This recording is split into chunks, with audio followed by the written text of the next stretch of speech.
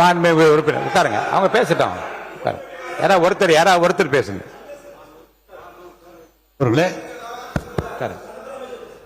உச்ச நீதிமன்றத்தில் முதலிலே தீர்ப்பு தள்ளுபடி ஆகிறது, மீண்டும் சீராய்வு மனு போடப்பட்டது, அதுவும் தள்ளுபடி ஆகிறது. மீண்டும் சீராய்வு மனு மறு சீராய்வு போட்ட போது உச்சநீதிமன்றத்தை சொல்லி தள்ளுபடி அல்ல, நீங்கள் கொஞ்சம் அவகாசம் எடுத்துக்கொண்டு வர வேண்டும் என்று சொன்னார்களே தவிர முழுமையாக சொல்லவில்லை.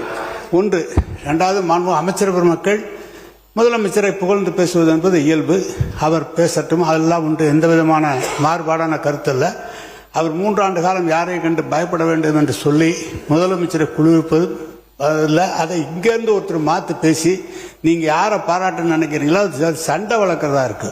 நீங்கள் நல்லபடியாக அந்த மேகதாது பிரச்சனையில் நம்முடைய ஒற்றுமையை பற்றி பேசுகிற போது இதுபோல் கருத்து மாறுபாடு தேவையில்லை என்பது என்னுடைய கருத்து. எனவே கழக அரசு நமது தளபதி முன்னாள் முதலமைச்சர் அவர்கள் மேகதாதை பற்றி ஒரு நாள் கூட தாமதம் செய்யாமல் அடுத்த நடவடிக்கைகள் எடுத்திருக்கிறார் என்பதுதான் வரலாறு.